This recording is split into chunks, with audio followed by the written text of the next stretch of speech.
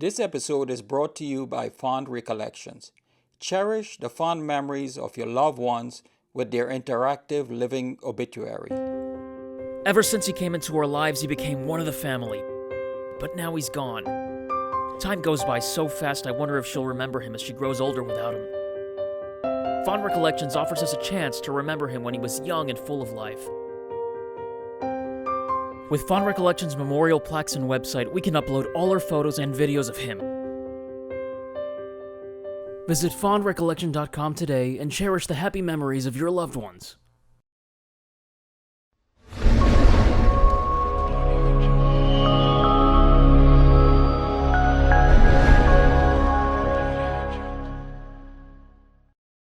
Chapter 10.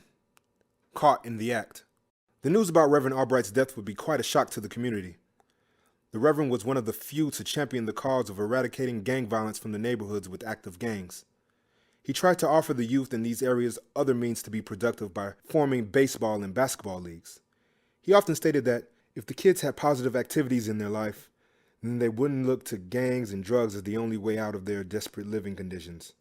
He also knew that many families in the community had no men present to help raise their kids either, because of early deaths, drugs, prison, or simple abandonment. Therefore, he felt very strongly about providing himself as an example of a strong male figure. So in the people's eyes, he was the one that stood up to the gangs and often held peace rallies to protest them, even if they had no idea of his sinister ties to the underworld. To the people in the community, just him trying to help was enough to forgive him of any wrongdoings he had done in the past. Now that he is gone, all hope would soon cease to exist in the community.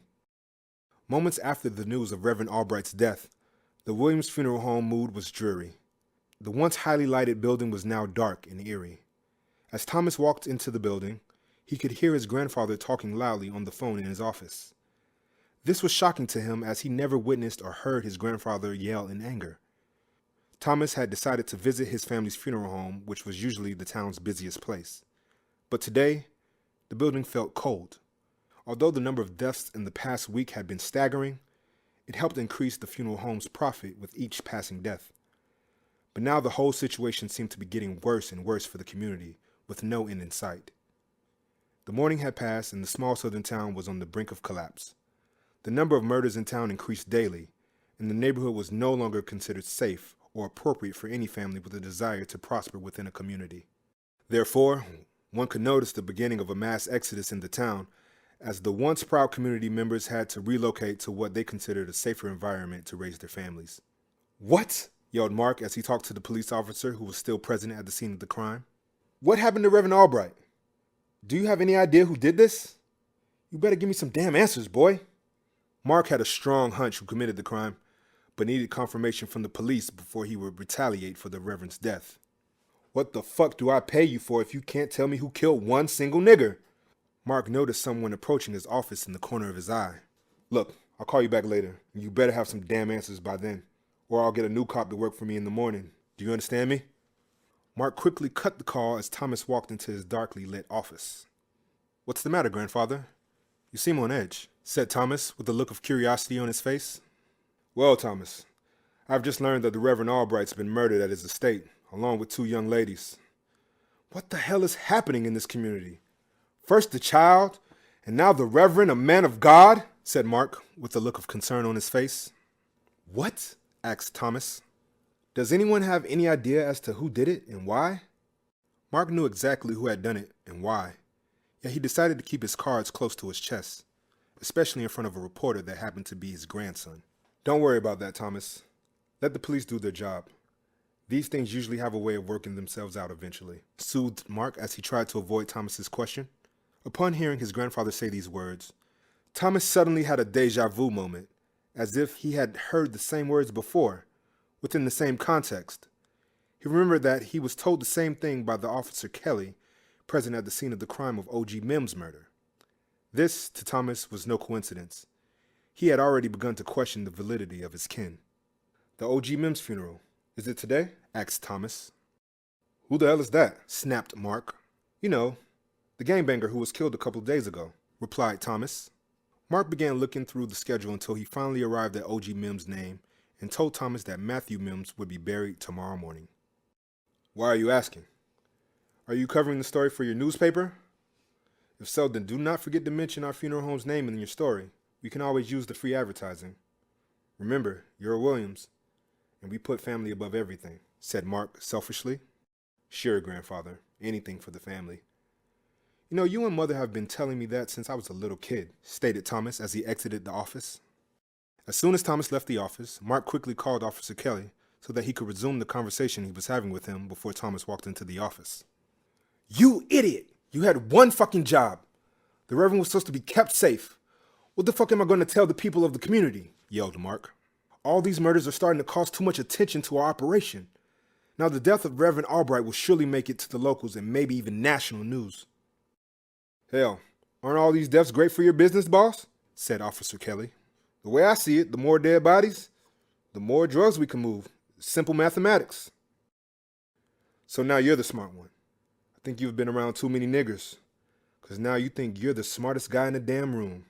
Let me remind you that your damn ass failed the police academy exam 2 times.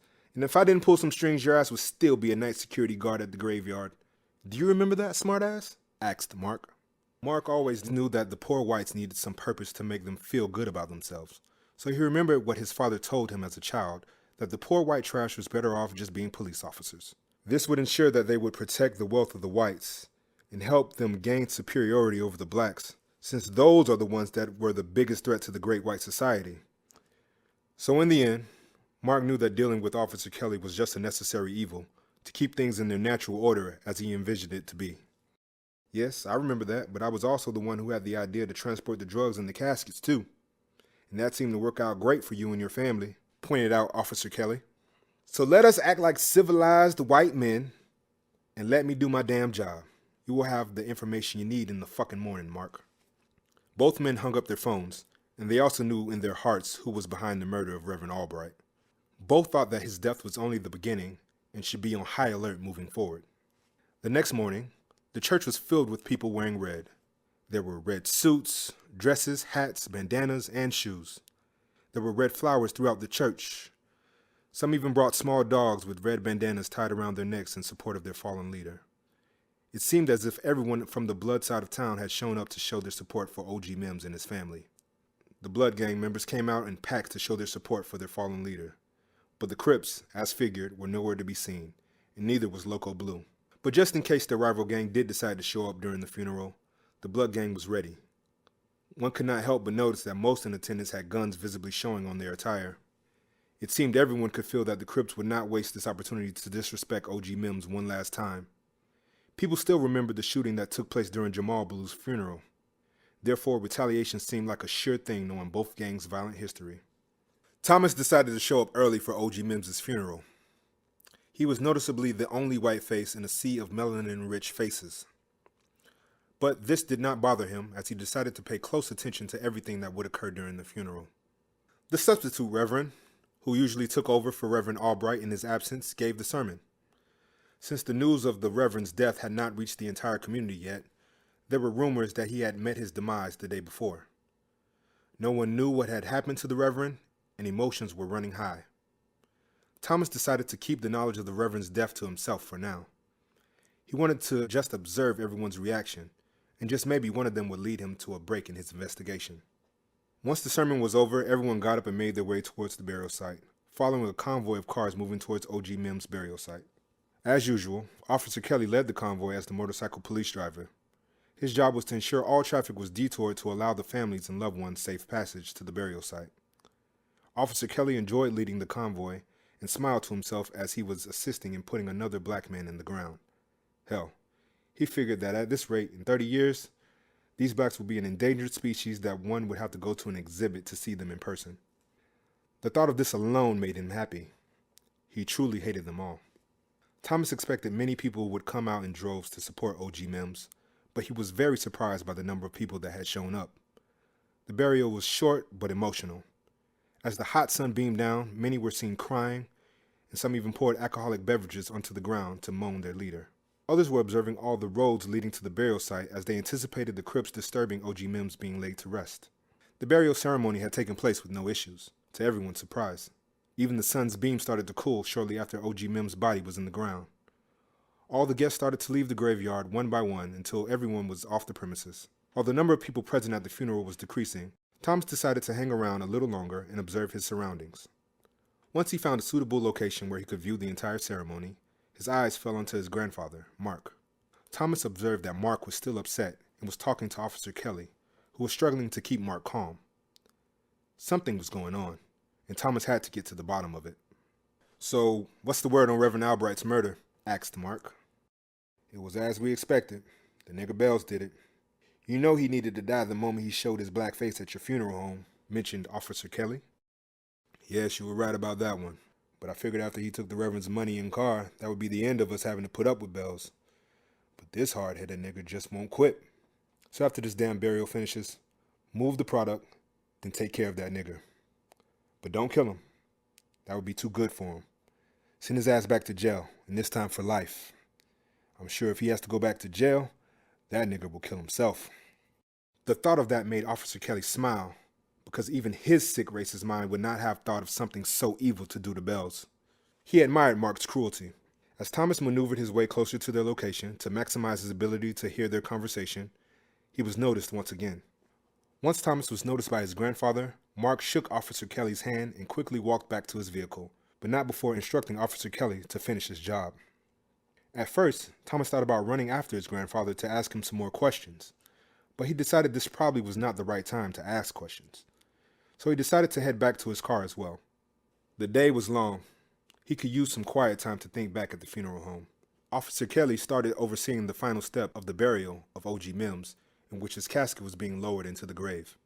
As Thomas got into his car, he soon realized that he had dropped his phone near the burial site, as he did not have it on him. So he decided to go back and find it. Thomas walks towards the point he was standing earlier and notices his phone on the ground. Once he picks it up, however, he sees something that baffles him. As soon as he looks in O.G. Mims' burial site's direction, he notices Officer Kelly standing alongside Loco Blue as they slowly remove the casket from the ground. Thomas senses a strangeness of what he is seeing, and he decides to eavesdrop on whatever is going on by hiding behind one of the large pictures of O.G. Mims, placed right behind the two men. Both men proceeded to take the casket out of its resting place and begin to open it as if they were looking for gold. Soon, however, Thomas realizes what is going on. He witnessed both men pull out huge bricks of white powder that looked like cocaine out of the casket. "Damn, that motherfucker Mark hooked us up this time. This product is fresh as fuck," said Loco Blue as he sniffed the bag of powder. "That shit's for sale, not for your enjoyment. Put that down," said Officer Kelly as he kept on emptying the casket. "Is this the way you're gonna talk to your number one worker? Hell, at this fucking point, I'm your only worker," laughed Loco Blue. Officer Kelly's face turned a bright red as he could not believe that this nigger had the nerve to talk to him so disrespectfully. In his mind, even though the other whites might consider him trash, he still believed that he was better than any nigger, rich or poor. "Let me tell you something, boy. You people come and go all the time," said Kelly. "Even if the Williams' family are gone, there will always be somebody ready to give you people drugs and kill yourselves. Hell, I wish you fuckers would do us all a favor and just get the fuck out of this country. Because we will never see any of you as equals. And that's the way it will always be, boy." "What the fuck ever, cracker. Just give me the damn dope before I decide to sell it in your part of town, bitch," said Loco Blue. "And that'll be the last piece of dope you sell, boy. Because you know the rules on selling the whites unless you get my permission," yelled Officer Kelly. Thomas, who could not believe his eyes, realized that it was his grandfather all along who had been supplying the community with drugs and helped initiate the gang violence that ultimately got Jamal Blue killed as a result. Thomas started to connect the dots as to how his grandfather was able to make a simple funeral home into such a lucrative business. He soon concluded that Mark had been doing this for years, and furiously started to head towards his car so that he could confront Mark right now. Thomas got into his car, amazingly undetected this time. He proceeded to race past 3 red cars driving in the opposite direction toward the burial site. He noticed that those individuals driving the cars were the Blood Gang members, and they were there to get their revenge for what Loco Blue had done to O.G. Mims. As the Blood Gang members get out of their cars, they noticed Loco Blue out in the middle of the graveyard, walking towards his car parked on the other side with large duffel bags in his hand. They saw their opportunity to kill Loco Blue once and for all, and they decided to take it. Suddenly, bullets start flying towards Loco Blue's position, and he realizes that he has been compromised. so he begins to make a run for his car while still holding onto his duffel bags. Loco Blue gets shot in the arm, which prompts him to drop one of the bags. He keeps running toward the car with one bag in his hand. "Drop it, you dumb motherfucker!" yells Officer Kelly as he makes a run for his bike. However, soon one of the bullets meets its mark and penetrates one of Loco Blue's legs, causing him to collapse on the ground as he bleeds from both his arm and leg heavily. "Fuck you, blood!" he screams as he pulls out his Glock and begins firing in random directions to scare off the bloods. Loco Blue realizes that Officer Kelly has abandoned him to fight this fight by himself and is already on his bike making his way out of the area. "Kelly, help me, you piece of shit! I'm gonna kill you, motherfucker!" said Loco Blue as he begins shooting in the direction of the bloods. "Come at me, you pig! You think I'm scared? I'm ready to die, you fool!" said Loco Blue as he miraculously managed to get onto his 2 feet and start shooting at the bloods. However, after emptying his bullets briskly, Loco realizes that he just wasted all of his bullets as he finally sees the bloods come out of their cover. "You dumb motherfucker. You think we was about to let your dumb ass live?" said one of the older blood members. "Motherfucker, fuck you and that pig OG man." Before Loco Blue has a chance to finish, he gets shot right in the forehead by the blood gang member. After which he approaches Loco's body and says, "You were saying something? Get them bags off the ground and into the car. Quick, give me some damn fuel so I can light this motherfucker's body up in his own goddamn car," said the blood gang member as he began dragging Loco Blue's body toward the blue car. He placed Loco's body on the trunk of the car and began soaking the car with fuel. Once he gets done with emptying the whole can of fuel, he decides to shoot at the car, which causes a huge explosion and makes the car go into flames. "This ought to serve as a lesson for the motherfucking Crips. Ain't nobody fucks with the Bloods and get away with it," said the blood gang member as he stood and watched Loco Blue's body burn into ashes. Meanwhile, Thomas, fueled by anger, decides to approach the family's funeral home so that he may confront Mark about what he had just seen and heard. Thomas always felt that it was a bit strange that his family could do so well for itself, even though they were living in a poverty-ridden community.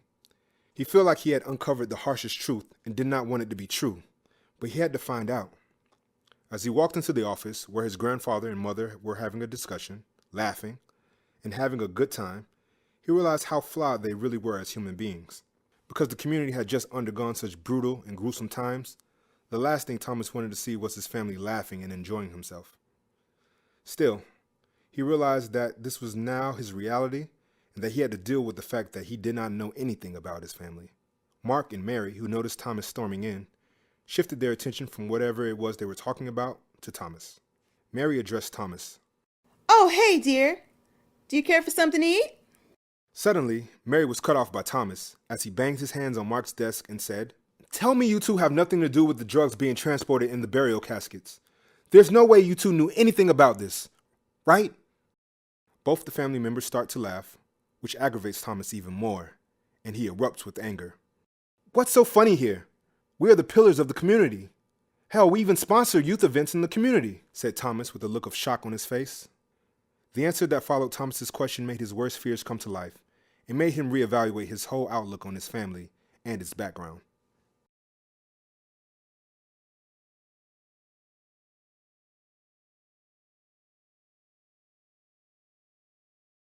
Thank you so much for hanging out with us. If you had fun or picked up anything from this episode, please assist by hitting the like, subscribe, and notification buttons.